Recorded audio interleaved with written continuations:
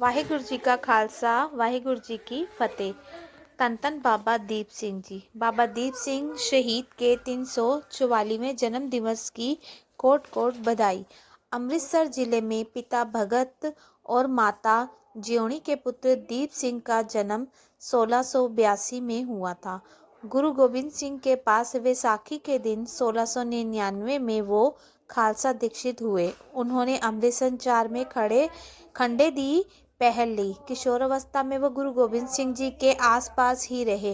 भाई मनी सिंह जी ने गुरमुखी लिखना पढ़ना सीखा, वहीं हथियार चलाना भी सीखा। कुछ समय के लिए वो गांव वापस गए। 1702 और 5 के बीच वहां रहे। बाद में फिर गुरु गोबिंद सिंह जी के बुलावे पर वापस दमदमा साहिब तलवंडी साबो की लौटे और गुरु ग्रंथ साहिब की प्रतियां तैयार की। बाबा दीप सिंह 1709 में संधोरा और छप्पर चिड़ी की जंगों में बंदा सिंह जी बहादुर के साथ थे। 1748 आते आते नवाब कपूर सिंह उन्हें जत्थे का सरदार घोषित कर चुके थे। अगले साल जब अमृतसर में 65 जत्थों का सरबत खालसा पंथ की सर्वोच्च बैठक था तो जत्थों को संगठित करके क्षेत्रवार 12 मिसल में बांट दिया गया। बाबा दीप सिंह को एक मिसाल शहीद मिसल की कमान दी गई।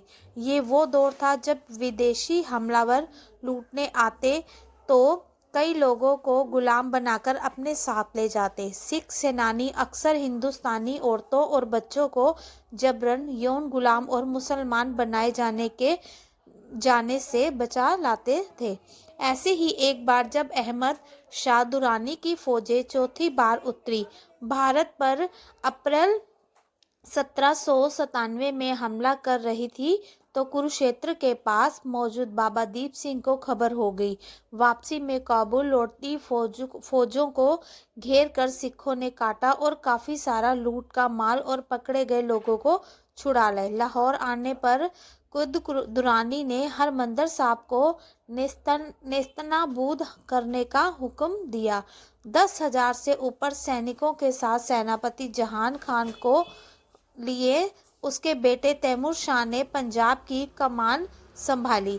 हरमंदर साहिब पर अफगानी फौजों ने कब्जा जमा लिया। बाबा दीप सिंह तब तक ज्यादा वक्त ध्यान जप में ही बिताने लगे थे। वृद्ध 75 वर्षीय बाबा दीप सिंह तक जब ये खबर पहुंची तो वो हरमंदर साहिब को मुक्त करवाने हेतु 2 धारी तलवार खंडा हाथ में लेकर उठ खड़े हुए।